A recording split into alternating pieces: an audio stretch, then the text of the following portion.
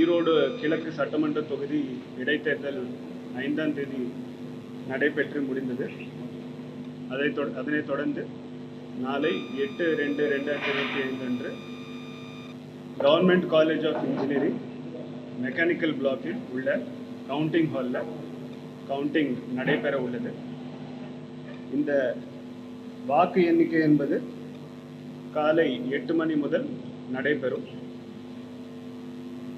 7:30 மணிக்கு இந்த வாக்குப்பதிவுக்கான தபால் வாக்குகள் வைக்கப்பட்டுள்ள இருப்பறை திறக்கப்படும்.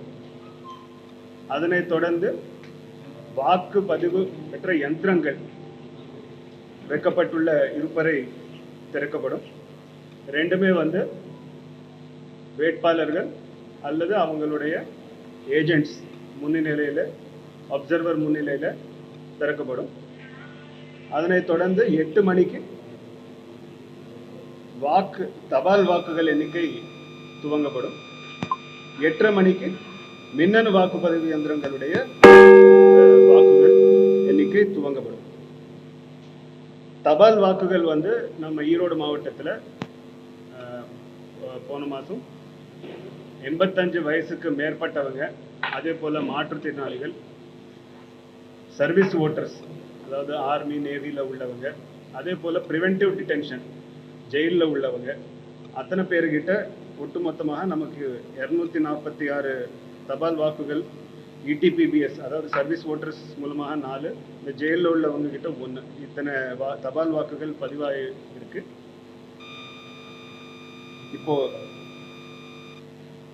கவுண்டிங் ரூம்ல மொத்தமாக 14 மேசைகள் இந்த மின்னணு வாக்கு இயந்திரங்கள் எண்ணிக்கைக்காக வைக்கப்படும்.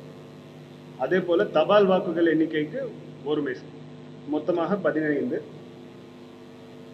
ஒவ்வொரு மேசையிலையும் ஒரு கவுண்டிங் சூப்பர்வைசர், ஒரு கவுண்டிங் அசிஸ்டன்ட், ஒரு மைக்ரோ அப்சர்வர், நம்ம ஜெனரல் அப்சர்வர் சார்பாக இருப்பாங்க.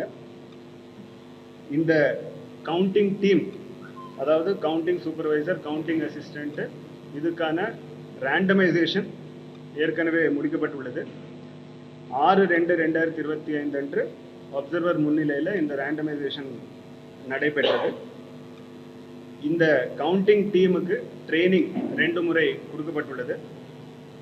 இன்றைய தினமும் ஈரோடு மாநகராட்சி அலுவலகத்தில் கவுண்டிங் டீமுக்கு ட்ரைனிங் கொடுக்கப்பட்டுள்ளது. இந்த தபால் வாக்குகளுக்கும் சர்வீஸ் ஓட்டர்ஸ்ல இடிபிபிஎஸ் ஓட்ஸுக்கும் ஒரு ஏஆர்ஓ, தபால் வாக்குகளுக்கும் ஒரு ஏஆர்ஓ இடிபிபிஎஸ்க்கும் நியமிக்கப்பட்டிருக்காங்க. 76 சிசிடிவி கேமரா அந்த வளாகத்தில் வெளியேயும் உள்ளேயும் வைக்கப்பட்டுள்ளன. நாளை பாதுகாப்பு பணிக்காக 600 காவல்துறை அதிகாரிகள் அங்கே நியமிக்கப்பட்டிருக்காங்க. ஏற்கனவே நமக்கு 3 கம்பெனி சிஐஎஸ்எஃப் வாக்கு எண்ணிக்கைக்காக வேலை செய்திருக்காங்க. நாளை அந்த வளாகத்தில் ஒரு கம்பெனி சிஐஎஸ்எஃப் இருப்பாங்க. ஒவ்வொரு டேபிள்லையும் ஒரு சிசிடிவி கேமரா பொருத்தப்பட்டுள்ளது, அது ரெக்கார்டு பண்ணுவோம். இது போக ரேண்டமாக நம்ம வேட்பாளர்கள் முன்னிலையில் லாட் எடுத்து இந்த விவிபேட் யந்திரமும் டேபிள் நம்பர் 1ல் எண்ணப்படும். அந்த லாட் எடுக்கப்பட்டது மட்டும். இந்த வாக்கு எண்ணிக்கை முடிந்த பின்னர், ரிசல்ட் டிக்ளரேஷன் முடிந்த பின்னர், இந்த அங்குள்ள இருப்புறையில் வைக்கப்பட்டுள்ள இவிஎம்ஸ் அனைத்தையும் நம்ம வருவாய் கோட்டாட்சியர் அலுவலகத்தில் உள்ள ஸ்ட்ராங் ரூமுக்கு மாற்றப்படும். இந்த அனைத்து வசதிகள் மட்டும் இல்லாமல் அங்கே டிஸ்ட்ரிக்ட் எலெக்ஷன் ஆஃபீஸர், அதாவது மாவட்ட தேர்தல் அதிகாரியுடைய ஒரு கண்ட்ரோல் ரூம், ஒரு ஒஃபிஷியல் கம்யூனிகேஷன் ரூம்னு சொல்லக்கூடிய அதிகாரிகள் பேசுறதுக்கு, இந்த ரிப்போர்ட்ஸ் அனுப்புறதுக்கான ஒரு வசதி. அதே போல் பப்ளிக் கம்யூனிகேஷன் ரூம், வேட்பாளர்கள் அல்லது அவங்களோட முகவர்கள் ஃபோனில் பேசுகிறதுக்கு ஒரு கம்யூனிகேஷன் ரூம். அதே போல் மீடியா ரூம், அந்த மீடியா ரூமில் மீடியாவுக்கு ஏற்பாடு செய்யப்பட்டுள்ளது. இந்த அனைத்து வசதிகளும் தயார் நிலையில் உள்ளன.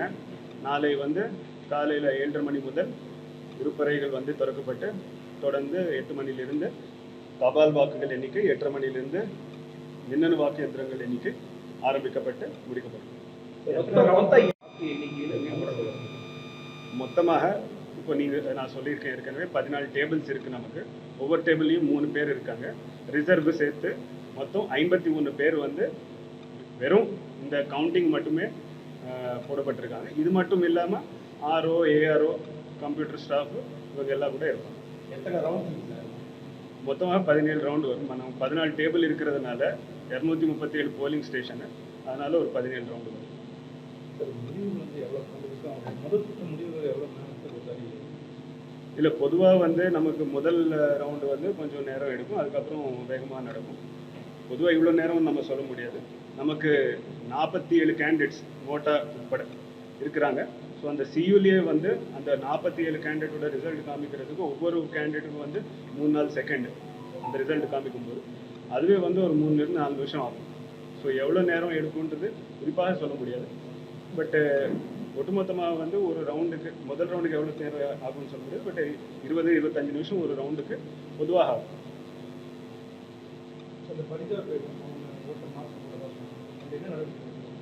பரிதா பேகம் என்றது வந்து அவங்க ஓட்டு ஏற்கனவே யாரோ ஒருத்தர் போட்டதாக அவங்க தகவல் புகார் சொல்லியிருக்கிறாங்க. அந்த ப்ரிசைடிங் ஆஃபீஸரையும் அந்த மைக்ரோ அப்சர்வரையும் நாங்கள் வந்து விசாரித்தோம்.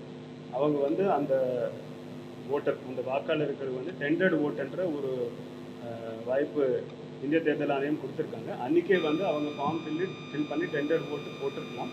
அவங்க அது போடவில்லை. அதனால் மேல் நடவடிக்கை ஒன்றும் இல்லை. பட் டெண்டர்டு ஓட்டு வந்து அவங்க போடாமல் இருக்காங்க. அந்த வாய்ப்பு அவங்களுக்கு இருந்தது.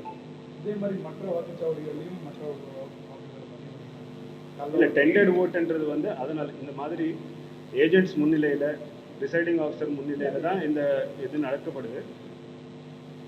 ஒரு ரேர் கேஸாக தான் இந்த டெண்டர்டு ஓட்டுன்ற ஒரு இஷ்யூ வர வாய்ப்பு இருக்குது. ஸோ டெண்டர்டு கேஸ் வர இந்த மாதிரி இஷ்யூ வரக்கூடிய இடத்துல அவங்களுக்கு ஓட் போடுற வாய்ப்பு கொடுக்கணுன்றது எண்ணத்தோடு தான் இந்த டெண்டர்டு ஓட்டுன்ற ஒரு முறை இருக்குது. அந்த டெண்டர்டு ஓட்டு ஒரு சில இடத்துல பயன்படுத்திருக்காங்க, ஒரு சில இடத்துல பயன்படுத்தலை. அந்த டெண்டர்டு ஓட்டும் வந்து நாளைக்கு கவுண்டிங் வரும்.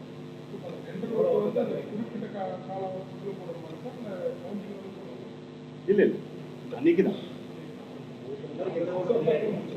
அவங்களோட ஓட்டை வந்து யாரோ வந்து போட்டு போடுறது அந்த பரிதாபம் ஒரு கேள்வி கேட்டாங்க. எங்களோட ஓட்டை யாரோ போட்டுருக்காங்க, அவங்க பூத் ஸ்லிப்பும் அவங்க ஓட்டை ஏதோ ஒரு டாக்குமெண்ட்டை ஏன் நீங்கள் சொல்லுவாங்க சொல்லக்கூடாது, அவங்க அதை வச்சு அவங்க உடனே ஏன் நடவடிக்கை எடுக்கக்கூடாது அப்படின்னு நம்ம கேட்கவே ஆரம்பிச்சாங்க. அதுக்கு அந்த அதிகாரிகளுக்கு பதில் இருக்கு. அதே மாதிரி ஜிடிஎஸ்பி வந்து நம்ம இதுவே பிஎம்சி சுந்தர் இருக்கிறார், அவரோட அவரும் அவர் கொண்டு போட்டுருக்காங்க. ஆனால் அந்த யாரோ போட்டவர் ஏதோ டாக்குமெண்ட்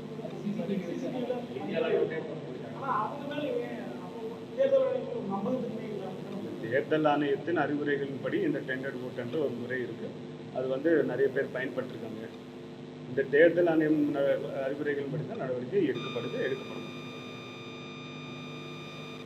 அப்புறம் அந்த அவரோட வாக்குப்பதிவு பண்ணதையே அவரே ஒரு வீடியோ எடுத்து சோஷியல் மீடியாவில் போட்டார். அது மேலே இல்லை, அது மேலே எஃப்ஐஆர் அது சோஷியல் மீடியாவில் போட்டவர் வந்து வெளிநாட்டில் இருக்கிறதாக சொல்லியிருக்கிறாங்க. புகாரும் வந்து வந்திருக்குது. அவர் மேலே எஃப்ஐஆர் போடும். செக்ஷன் 128 நினைக்கிறேன் ஆர்பி ஆக்டில் வந்து சீக்ரெசி ஆஃப் ஓட்டிங் 128 தான், செக் பண்ணிட்டு சொல்லுங்கள். சீக்ரெசி ஆஃப் ஓட்டிங் வந்து அது ஏதாவது சீக்ரெசி ஆஃப் ஓட்டிங் வந்து இது பண்ணவிட்டால் அது வந்து நடவடிக்கை எடுக்கிறதுக்கு ஆர்பி ஆக்டில் வந்து சட்டம் இருக்குது. அந்த சட்டப்படி